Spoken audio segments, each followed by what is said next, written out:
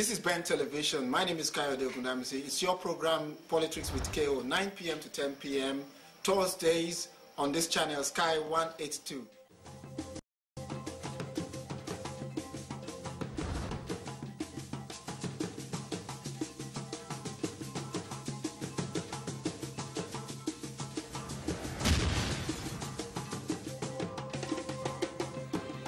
Don't miss the debates by Nigerians and friends of Nigeria on issues surrounding Nigeria from around the world.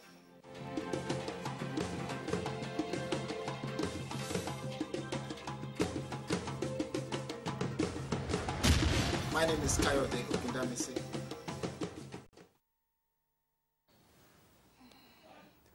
Hello, good evening. You're welcome to Ben TV. It's your program, Politics with KO. And now we're getting serious. We're getting close to the 2015 general election in Nigeria.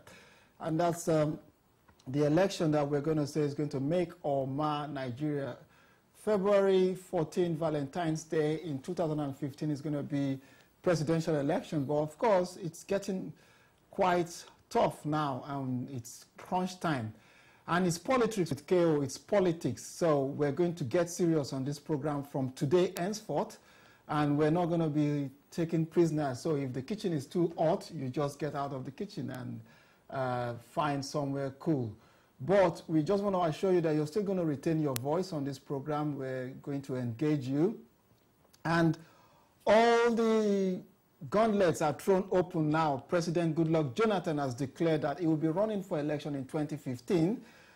He's going to be seeking the position of the presidency under the platform of the People's Democratic Party, which is the ruling party in Nigeria. And the APC, his greatest challengers, are presenting 4 candidates so far. We've got General Buhari, the front runner. Surprisingly, Tambuwai has also picked the former speaker of this current speaker of the House of Representatives. He's picked up the APC presidential ticket. So it's crunch time in Nigeria. That's on the first half of this program.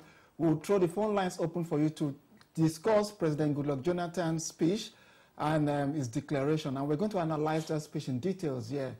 Then, second half of the program, we're going to go to Mubi, the control for territory in Nigeria. Boko Haram seems to be capturing quite a number of territory, and Nigerian soldiers and government is so unfair for the fact that they refuse to sell it. As a matter of fact, his exact words were that the U.S. government has up till date refused to grant Nigerians' request to purchase lethal equipment that would have brought down the terrorists within a short time. Now, there's also people have been talking about this, saying, would it have worked? Would selling the lethal weapons to Nigeria, would that actually have made a difference in fighting Boko Haram? Or is it a question of our government not being very active or not really caring about the welfare of the state? And hence, they're not really fighting Boko Haram as much as they could. I mean, also, one of the big things that's happened today is, conversation-wise, is the fact that Goodluck Jonathan, like Kayode said earlier, has now declared himself as a candidate for the presidency coming up in 2015. And so, you know, people are now saying that seems to be all he cares for, that, you know, all the politicians, especially the president himself, appear to just be in pursuit of power in oil-rich parts of Nigeria. As a matter of fact, just chasing power as opposed to really caring about what happens in the country to the welfare of the citizens. Now, like I said, the suicide attack that happened on Monday has really prompted a lot of criticism. There's also speculation, Kayode, I don't know if you know about this, that Nigeria is now going to Russia to seek for arms deals. There's not been, I don't have any confirmation about it. There's a research that we've just been doing, and reports are saying that Nigeria is facing Russia for arms deal. The thing is, if we get this arms deal, Kayode, would it actually make a difference? That is the question that's actually on a lot of people's lips, as you know. Would it make a difference, or do you think that, like they say, there's not enough care for the citizens of the country, and that's why Boko Haram is just rising on the up and up? You know, the other thing is, again, I don't know if you heard this, Kayode, that what you call them, hunters in Adamawa now actually they've killed about 74 Boko Haram members, because they've decided to take matters into their own hands and go hunting for Boko Haram members and killing them. And reports are saying that they're very well, it depends on which parts you're standing and looking at it, very fortunate to have, you know, executed the number of people, well, killed, not executed, the number of people that they have who are members of Boko Haram so far. So it just seems like all our stories really based around Boko Haram. In fact, it seems like Nigeria as a whole is based around Boko Haram, and there's not much we can do about it until this issue has been resolved. How? We do not know. But before I go, last week we mentioned the fact that the president of South Africa was asking our president of Nigeria to release the bodies of the 84 South African members who died in TB Joshua's church in September 12th. And they've now said that, you know, they're going to transfer the bodies or transport the bodies back to South Africa this weekend. But the reason I brought that up was, whilst some people are saying that, you know, Goodluck Jonathan is not doing good things, these people are praising him, saying he was from the start amazing and they think he's an amazing president. Is that because the South Africans are saying this? Do you believe that? What's your take on that story? Let us know. And finally, than any other country in Africa, including the continent's wealthiest man and woman. And this is according to ranking published by Ventures Africa, you know, the business magazine. And so they're saying out of 55 billionaires in Africa, Nigeria has 23 of them. That's not a surprise. And of course, the richest woman now, the richest black woman, Foloshinra Lakija, is now the richest black woman, and she's actually richer than Oprah Winfrey herself. Reason to celebrate or not? What do you think? Well, I think Nigerians will always celebrate. After all, we've got KFC. We celebrate the arrival of Sini. What do they call it in Nigeria? Is it... they did not celebrate it. No, they didn't. Galleries and everything. And we are the biggest economy in Africa. Ngozi, thanks so much. And let me say again, thanks so much for all the hard work. And we'll continue to monitor your progress. And we wish you the very best of luck. Viewers, back to the show. Now, we have our dear President, Goodluck Jonathan, declare yesterday, and he knows we love him. And let me just say to you, before we throw the phone lines open, in 2010, there was a man who stood before every one of us, and he said to us, I was not born rich. In my youth, I never imagined that I would be where I am today. But not once did I ever give up. Not once did I imagine that a child from Otoeke, a small village in the Niger Delta, will one day rise to the position of the President of the Federal Republic of Nigeria. I was raised by my mother and father with just enough money to meet our daily needs. What a compassionate man with the love for the poor, with the history of fighting for the poor, with the experience. You know, you cannot hear such a speech and not be moved, you know. He went further. President Jonathan said, in my early days in school, I had no shoes, no school bags. I carried my books in my hands but never despaired. No car to take me to school, but I never despaired. There were days I had only one meal, but I never despaired. I walked miles and crossed rivers to school every day, but I never despaired. We didn't have power. We didn't have generators. Studied with lanterns, but I never despaired. In spite of all this, I finished secondary school, attended the University of Port Harcourt, and now hold a doctorate degree. Now, viewers, that is a man that knows how it feels to be poor. That is a man that knows how it feels for a mother not to have a daughter around. That is a man that feels the pain of walking several miles to get education. We ask this man, how come with such a feeling 280 girls are still held by Boko Haram? Thousands of people in northern Nigeria and in other parts of Nigeria, should I say, trek miles and miles, you know, to get basic education. With such experience of coming from a very poor background, you know, he walked several miles to actually get what he's got. How come he could not, till today, we can't account for several billions of dollars that are missing in our national treasury. Fast forward 2014, President Jonathan's declaration yesterday.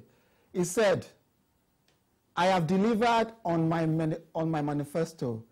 I have done everything I could to change the face of Nigeria. And we have to say on this program that you have to consider that the Jonathan administration has made quite a number of progress in terms of the promises they've made to the country.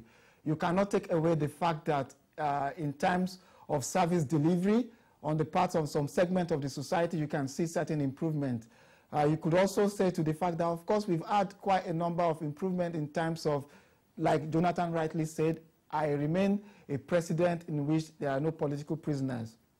But Nigerians still expect much more from their president, irrespective of where they come from.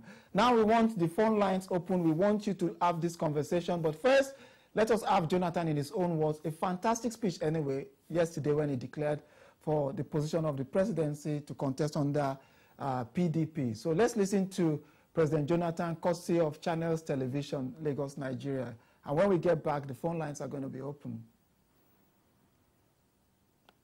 In our national history, it has never happened.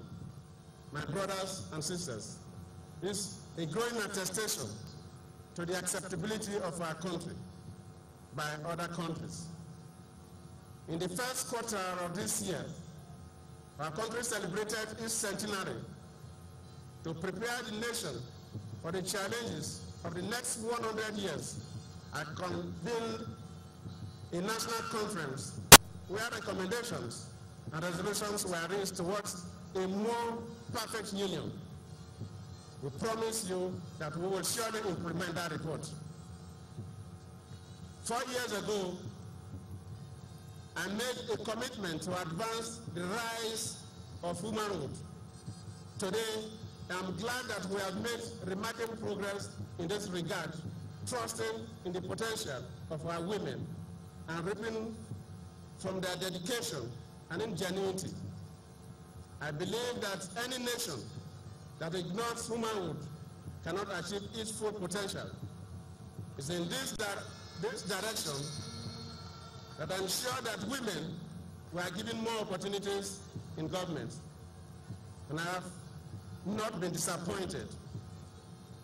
Specifically, I doubled the percentage of women in the federal cabinet and gave them more challenging assignments. The Nigerian Defense Academy is now admitting female cadets as regular combatants,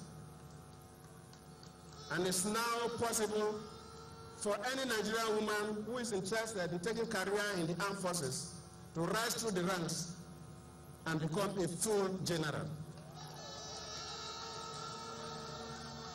We must continue to sustain the banner of freedom and justice that we have held high in our country. I'm proud to say that there are no political prisoners in Nigeria today. No Nigerian has been driven to exile, and no one, and I repeat, no one under my watch will be driven to exile.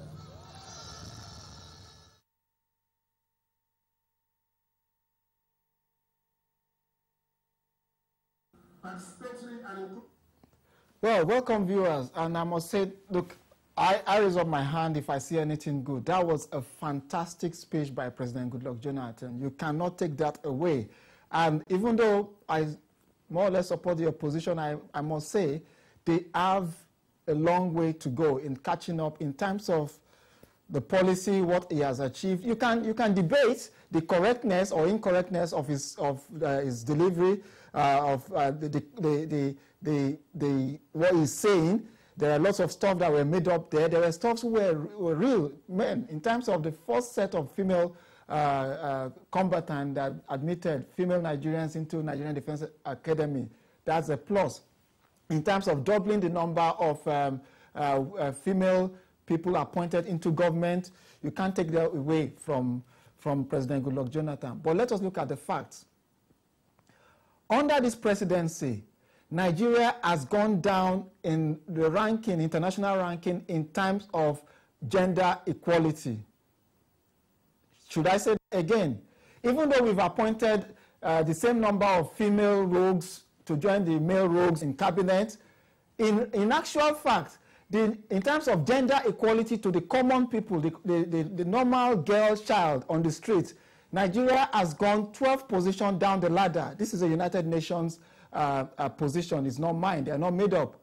So it means that before President Jonathan took over, we were actually doing better in terms of women empowerment. What does that mean? It means it takes more than appointing Ngozi Okonjo-Iweala, Diziani Madueke, Yemisi Aboyede, Aisha Tuela, and making up these names into position of power. That we need to do more in terms of quality education for girls, giving girls on the street equal opportunity. A female member of the society must have the same right as a man. So we need to strengthen our laws. So in terms of content, the reality, you know, good delivery, but would you say it will test the stand of time scrutiny? I beg to disagree. But you can disagree with me by calling in. I've got a caller on the line. Good evening, it's Politics with KO, and we're back to the hot time because we're getting close to election. Good evening, Kayode. This is Chooks calling from London. All right, go ahead, Chooks. Kayode, first of all, I want to correct one thing that you said last week, that a certain bigot from the certain part of a certain region of Nigeria. You have to correct what you said last week. Okay. Secondly, you are a journalist. You don't need to be biased, and you don't need to be partisan. Thirdly, stop being pessimistic over President Jonathan. I want you to use your media, use your personality to call for region.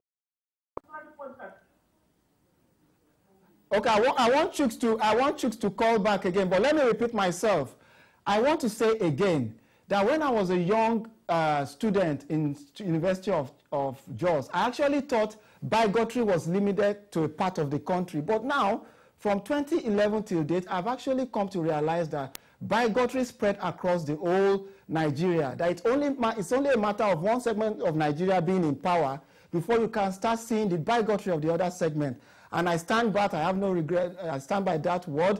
The bigotry we have displayed in saying Northerners deserve to be killed, in saying Northerners who are being killed deserve to die because they've held on to power is unfair. It's the same bigotry shown by some Northerners when they were in government, where I was detained. I went to jail, being a Southerner, campaigning that equal power must come to the country. This bigotry must stop in our country, irrespective of the tribe. I want our next caller to come in. Good evening. You're welcome to Politics with KO. Yeah, good evening, Mr. Kayode. Thank you very much. Thank you, sir. What's your name and where are you calling from? My name is John. I'm calling from Camberwell. Go ahead, John. Mr. Kayode, please, I will beg you for something on behalf of we Nigerians there. Yeah. Maybe one of your programs, can you just, with the Nigerian Constitution, can you just explain to us the role of opposition? Yeah. What kind of power the Constitution of Nigeria gave opposition? No power from what I know about the Constitution. There is no power given. It's not a parliamentary system. Okay, you see, people don't really know that this opposition presently, they've helped Nigeria a lot. Yeah. Because if you know the power, if you know the way the Constitution has put this opposition, you know that they've really tried. Yeah. They wake the PDP up. To me, I'm not against Jonathan. Yeah. But one thing is this, I will not vote for PDP if I have the opportunity, and I have my reasons. Okay, what are your reasons? PDP is just a one-man show. Okay. Any person who is the president is the only one who decides everything.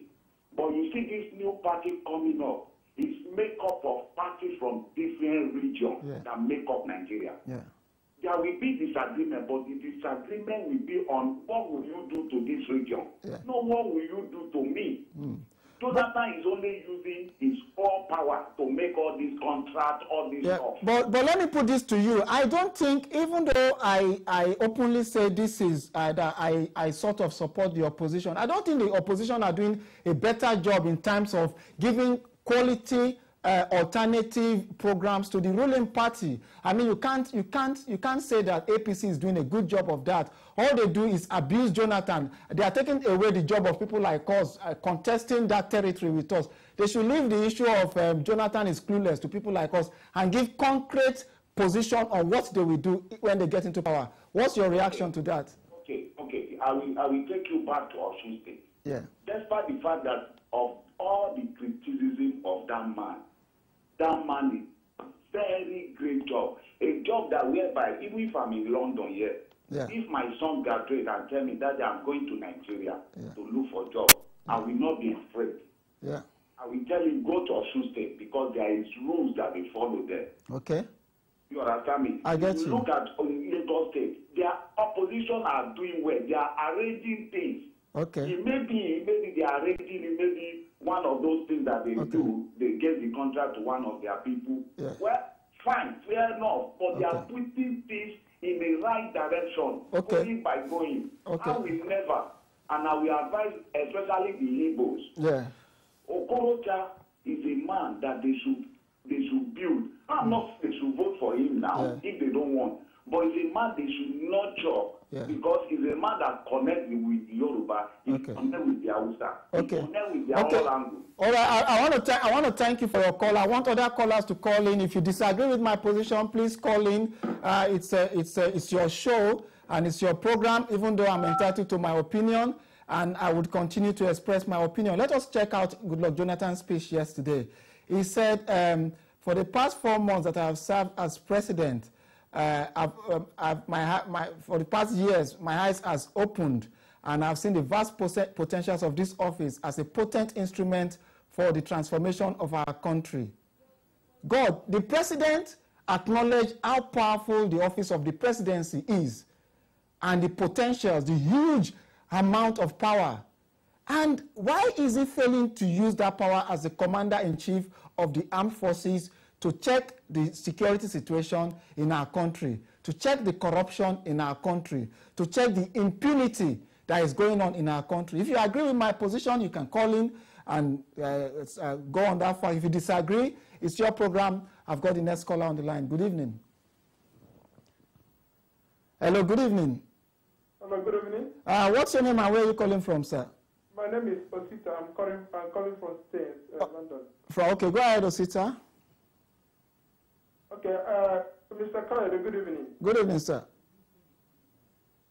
Okay, few points I want to make. First of all, I would like to understand if you are a journalist or a politician. I am a Nigerian with a view on every Nigerian issue. I have never described myself as a journalist. I am a Nigerian. I appreciate that. The first point I would like to make before I move into Nigeria. Yeah. Go ahead, sir. Okay. The first point I would like to make before I move into Nigerian affairs is, first and foremost, I think you make a better presentation. I understand that the issues about Nigeria is so annoying to everyone, especially people like you. Like I heard you mention, who have been in prison and a lot of things are going wrong. I feel that if you want to make this presentation, you represent a journalist personality where you don't show your bias. You can still express your opinion without having to say that castigate the president or anything. Leave it for people who are making the call to say their own opinion.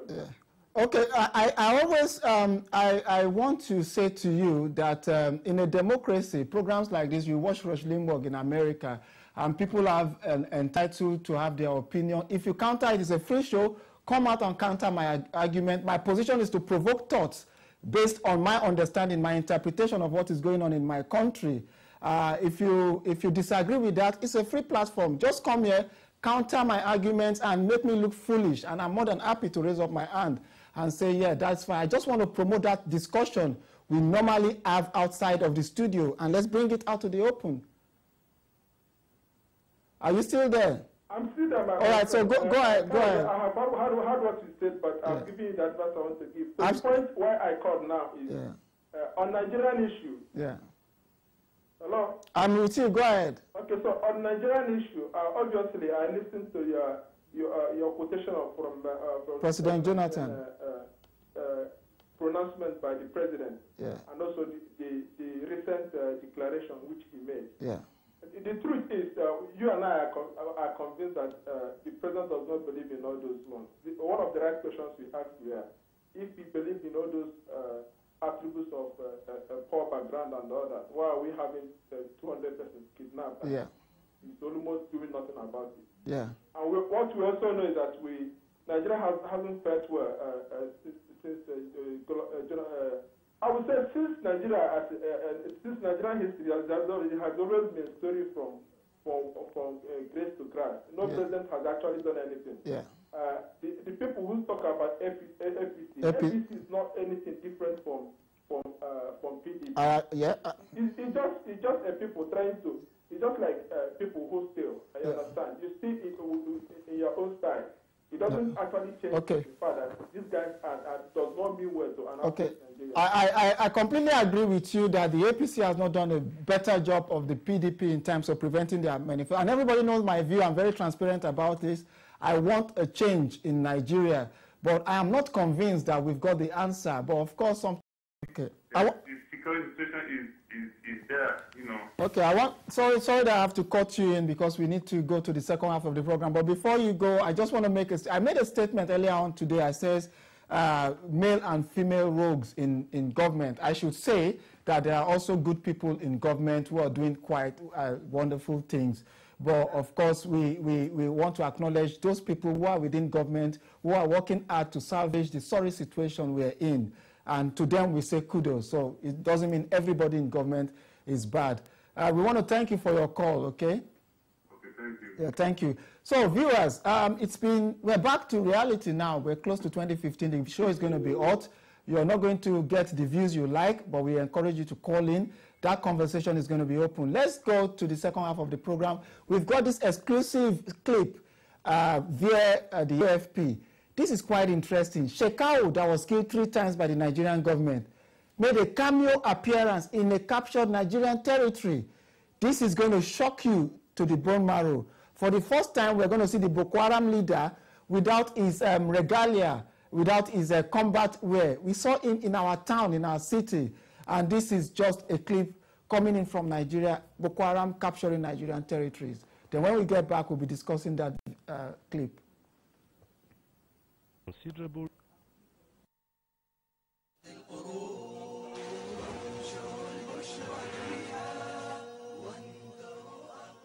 تموج التحايا بجيد السماء كعقد بهين كثير النقاء فأنتم ثمارا ونغرف منها بعنا بارتواء الله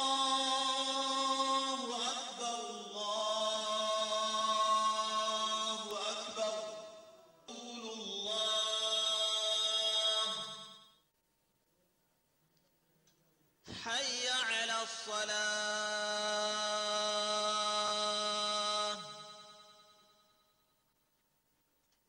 حي على الفلاح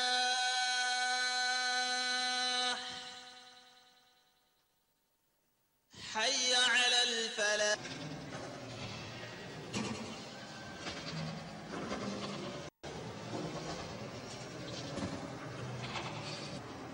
بسم الله الرحمن الرحيم.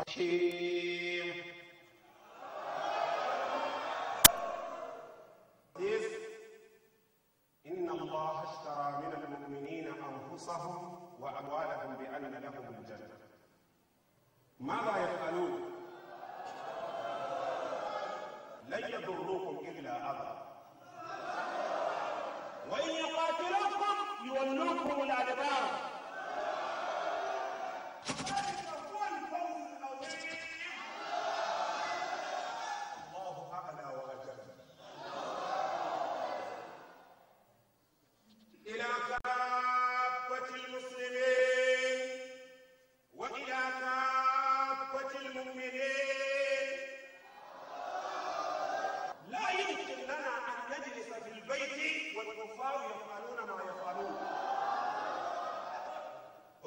هذه النيجيريا الكاذبة، انظر هؤلاء الطغاة يصدون عن سبيل الله.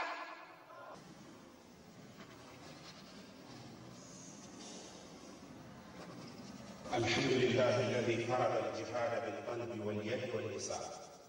اليوم وصلى الله على سيدنا محمد وعلى آله وصحبه أجمعين والحمد لله رب العالمين.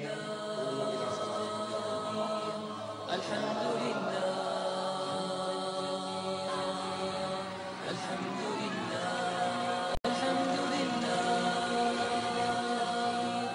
الحمد لله الحمد لله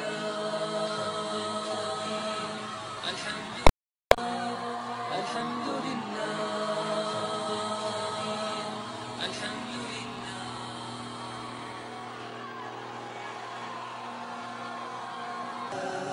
رسم أحفاد القرون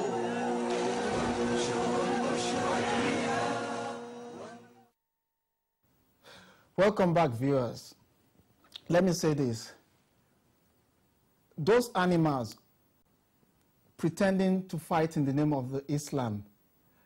First, I can't believe we actually come from the same country, in the sense that you have people who call themselves Nigerians who take up arms against Nigeria as a country, fellow Nigerians, fellow Muslims, Christians, and atheists, and kill people with such murderous, wicked, even to the extent of raping women and kidnapping girls. They deserve the worst of all punishment legally through our judicial system to be brought to justice.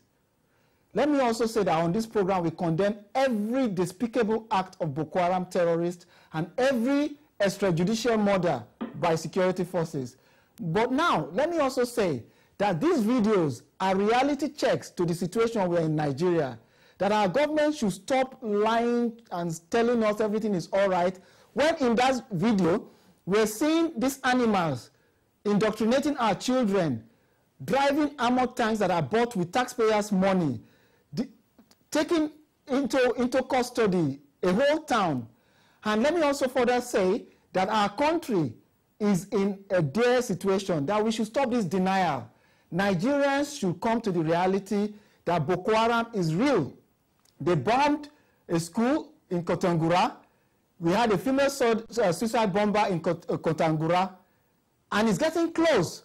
For those who think it's comfortable in the south, if we don't nip these things in the bud, I'm sorry, we might have election in 2015, but it's a dangerous cause for us. So we want to say that we want Boko Haram to free our country, and we also want to commend those citizens who take it upon themselves to guide their country as our military struggle, and also commend those heroes in our military uniform trying to liberate our cities. This second half, we're discussing that video. Good evening, you're welcome to Politics with KO. Good evening. Good evening, sir. What's your name and where are you calling from? Yeah, my name is Sean. I'm calling from London. All right, go ahead, please. What have you got to say? Yeah, thank you for this clip you just showed to us. But what I just want to say is that I think, because if you look at this video clip, what we just see is because a very serious action. Yeah. Instead of everyone trying to crucify Jonathan, yeah, I think it's something that all Nigeria, irrespective of your political affiliation, we should come together. Absolutely. And take a decisive step. Yeah. And the question always is, Jonathan never created Boko Haram. Yes. If you look at from the second report, since the beginning of this problem, yeah, there's a clear failure of government. I served in the north. Yeah. Fortunately enough for me, I know my degree very well because that's where I served. Oh, yeah. I was in Banga. Yeah. I'm not a good government in my degree. Yeah. Now, many years ago, if you come to this place, you find out that even during school time, children are not in school, but in the evening, they sit under the degree tree. And one man start teaching them Arabic, and they don't speak English. Yeah. And when you speak to them, they will even abandon to it. Yeah. When they acquire how to say. Yeah. Now, the problem is, where are the governors who have removed, because I always say to people that yeah, if you ask them, Boko Haram, do they have a legitimate right for armed struggle? To me, I would say yes. Yeah. They do, because as far as we are Nigeria, yeah, there's a clear government failure yeah, in the northeast of Nigeria. Let me ask you this question. Do you think if every Nigerian, irrespective of where they come from, you know, sort of rally against the politicians, irrespective of the political party they come from, and say, look, you all together, whether APC, PDP, are responsible for this, and you need to solve this together. Do you think that's an option that could work? Absolutely, that's an option. Another thing, the only place I see Jonathan demonstrate failure, at least there is a federal project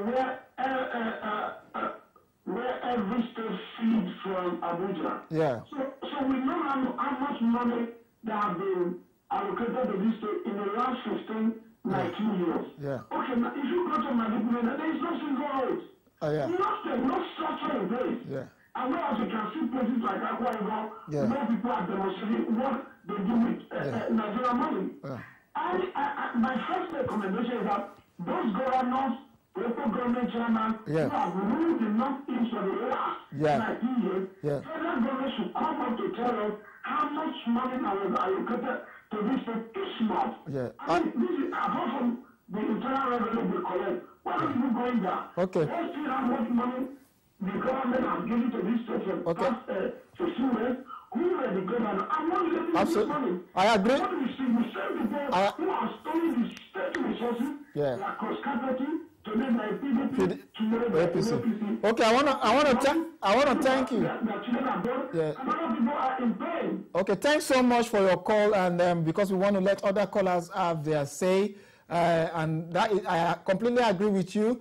The leaders in Northeast, all the people of Northeast Nigeria, and in fact Northern Nigeria, and in fact the whole of Nigeria, an explanation why we are where we are today. There is a tweet coming from Cameroon. It says from Chief Bisong Eta. It says Cameroon police has dismantled a network of arms dealers based in Kauseri who supply arms to Boko Haram. That is an information coming out of Cameroon. It also further says customs in Gaudere seized a container full of arms from Chad. The owners proposed 2.5 million CFA bribe to customs for release, but they were arrested. That is a fantastic good news coming from Cameroon, which confirms the arms line in which these wicked people use in attacking our country. I've got another caller on the line. Hello, good evening. Hi, good evening, Mr. Kayode. My name is Dipo.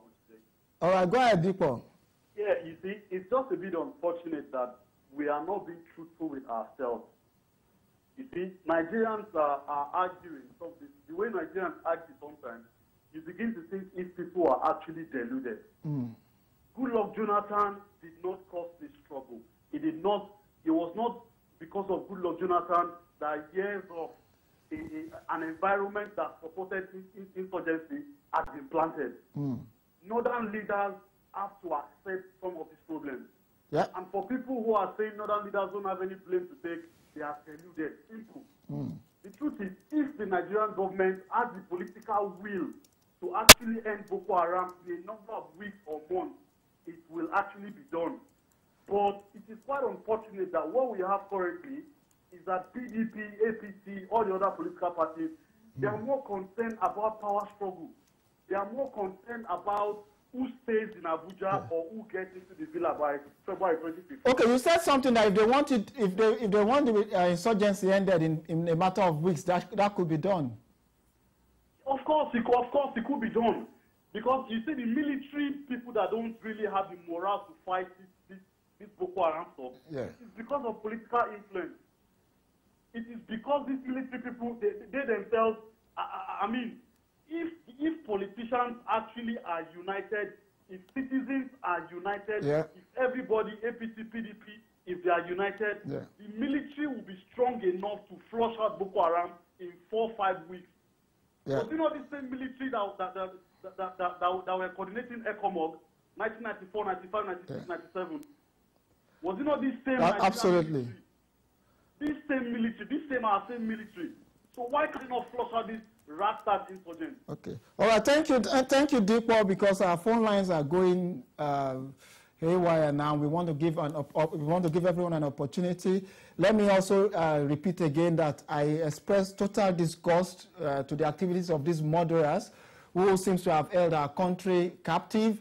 And I also want to say that, look, maybe we need to look at the Constitution of Nigeria. The power to control the army, police, SSS, Navy lies with the commander-in-chief of the armed forces. The governors have a blame, but sadly, we've given all that power, all the power to one man. Maybe we actually also need to go into our constitution and see where we've done wrong. I've got another caller here. Good evening. You're welcome to Politics with KO. Yeah, good evening. Good evening. What's your name and where are you calling from? Kayode, God will bless you, my brother. Amen. Thank you. That video you showed to us. Let's say the truth. The so-called Boko Haram, the Northerners, the leaders in the north, they know what they are doing. Since Jonathan was in power, they know what they are doing. They want to suppress Jonathan's ruling down. They want to sink him down. The so-called APC or PDP or whatever. The so-called APC, they have come to power past years.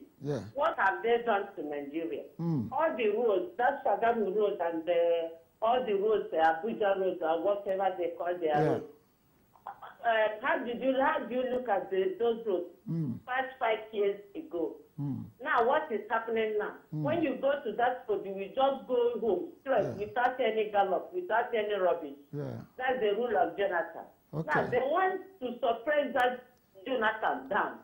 The Buhari, when he was as a former president, what did he do? What did he do? Now he wants to come out again. He has seen the foolish people. He called Nigerians, we are foolish, we are stupid, to vote for him for that APC. We are not blind. We are not blind. You are supposed to wake up. All right. I've got your point there. I've got your point. I've got your point. Showed us. Please allow me to finish. That video you showed us. Is there not a governor in that state, in that country, in that state? There is a governor there who governs that state. Do you know, I take your point there. Do you know that there are state of emergencies in those states, and the state of emergency under the Constitution falls directly under the presidency? No, I'm asking you a question. If you know that those states are under a state of emergency, so technically the security control of those states does not fall under the governors. I'm just giving you an information. If you know that. Okay, I don't know about that. Okay, I'm just informing you. That video you showed us now, those people are using armored camp. That is army vehicle. Okay, and can I also, before you go, use army vehicle, the so-called Boko Haram. So they know what they are doing. Okay, can I also? Nigeria into. Okay, can I also ask you another question before you go? And I really appreciate your call, and I hope you call us again next Thursday. Okay. Is it possible these northerners must be from somewhere else that they have to kill 13,000 of themselves just to hate Jonathan? That is an amazing thing, isn't it? It is, my brother. 13,000 of them just kill themselves like that. Listen, there are some people who think that they can cheat God. They cannot cheat God. You can only cheat a fellow human being. We're going to make this show your show.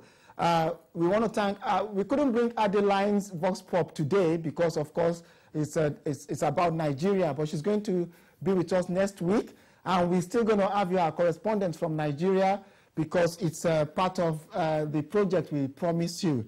Don't forget, Talk Time, our sister show, is always